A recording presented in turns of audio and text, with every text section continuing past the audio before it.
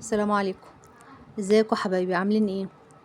النهارده انا معاكم جدة ملك، ومعانا مثل شعبي قديم. المثل ده اسمه اللي يبيع بالنية يربح بالبركة.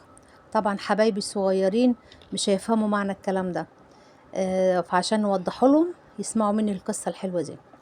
كان في زمن من بعيد يعني، كان في راجل اسمه صابر بيبيع بالصدق وبالأمانة وبيحب الناس.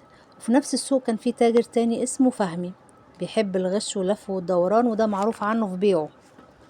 في يوم صابر باع قماش لواحدة ست غلبانة، وقال لها خدي على قد احتياجاتك بس، ولو ناقصك حاجة ابقى ارجعي لي تاني وخدي اللي انت عايزاه.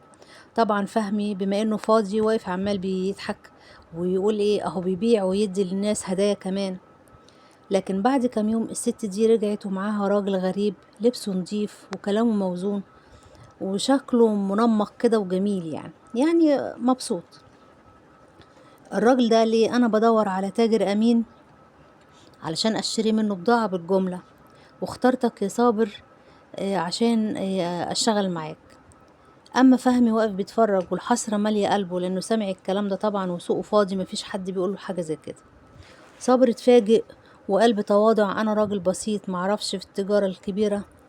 رد الراجل عليه وقال له ايه؟ الصدق هو رأس المال والباقي بيتعلم. يعني ايه؟ يعني انا معايا الفلوس، انما انا اللي يهمني اخده منك اللي هو الصدق والامانة، هو ده. انا مش هخاف على فلوسي عندك، انا عارف ان انت كده هتحافظ على فلوسي، واي حاجة تانية ممكن تتعلمها مفيش مشكلة. ومن اليوم ده صابر بقى عنده دكان كبير وبضاعة من كل بلد، وناس بقت بتجيله من كل مكان.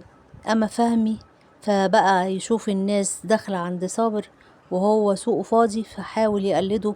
بقى يعمل ايه؟ يحاول يضحك في وش الزباين، يحاول يقول كلام حلو لكن قلبه لسه فيه غش. ال- النية الطيبة ما بتخسرش، والرزق مش بالغش، الرزق بالنية والبركة. يا ريت كلنا نتعلم، محدش بياخد اكتر من رزقه، والنية الكويسة بتوصل لكل خير.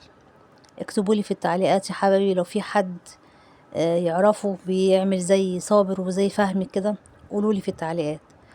والسلام عليكم يا حبايبي، وما تنسوش اللايك والاشتراك في القناة. السلام عليكم.